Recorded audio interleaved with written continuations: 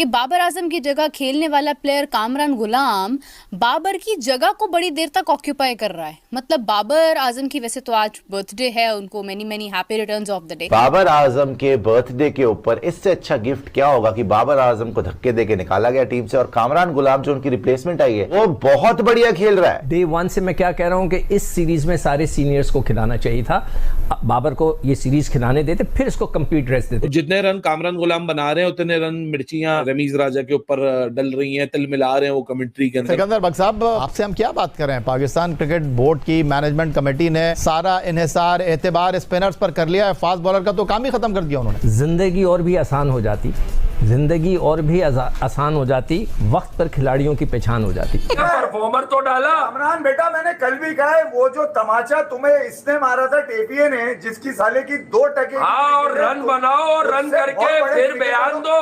बयान देने की जरूरत नहीं है, तुम्हारे बल्ला बल्ला बोलना चाहिए, ऐसा झापड़ दो। लड़के को बर्बाद पता किस चीज ने किया? Cover drive. ओ भाई, आजकल के लड़के इन लोगों के खिलाफ रन करके 3 साल रैंकिंग में पहले नंबर पे आ जाए, मैं मान जाऊंगा। पाकिस्तान को बहुत मेहनत की जरूरत है, मिरेकल की जरूरत है, और ये मिरेकल तभी होगा जब ये इकट्ठे होंगे और इस सिचुएशन को एड्रेस करेंगे। जब आप बीसीसीआई या इंडियन क्रिकेट की बात कर रहे हैं, क्या हार्दिक पांड्या सूर्य कुमार यादव के अंडर नहीं खेल रहा? बिन पानी जिस तरह मछली तड़पती है ना, रमीज राजा वैसी तड़प रहे हैं सुबह से। विक्रांत को सुन रहा था, विक्रांत गुप्ता को 4-5 ने लड़के साथ बैठाए हुए थे, और वो कह रहा था कि पाकिस्तान की क्रिकेट ने अपनी मौकरी खुद बनाई है।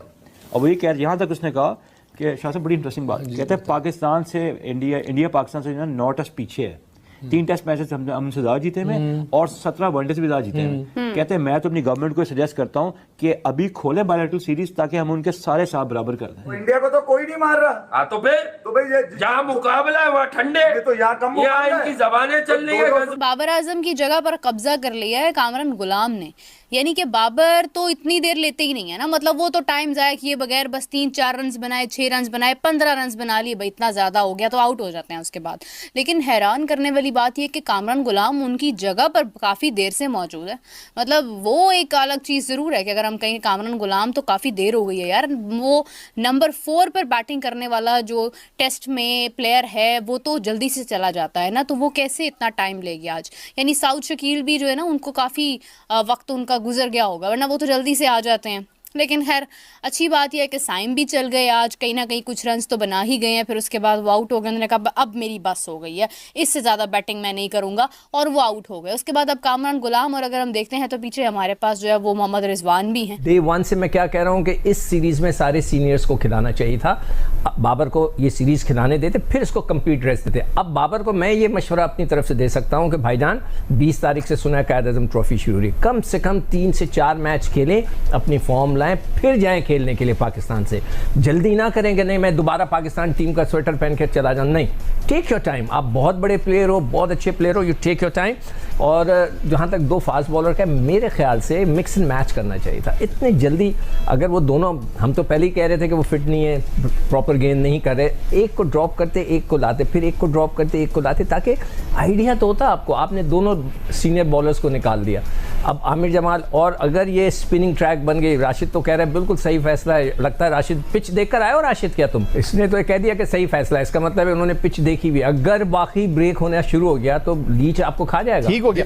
अगर क्रिकेट बोर्ड को अपना हाउस इन ऑर्डर करना है तो फ़खर जमान की भी सरजनिश होनी चाहिए, और पीसीबी के एक अफसर उस्मान वाला जिस तरह उलझ रहे हैं वहाब रियाज से, उनकी तो उनका राइट बनता है। भट्टी साहब, अगर कोई बात कर रहा है और वो क्रिकेट बोर्ड के अंदर मौजूद है, उन्होंने तो नहीं, लेकिन सोशल मीडिया पे या आपका बनता नहीं है ना, आप वैसे उसको जवाब दे दें।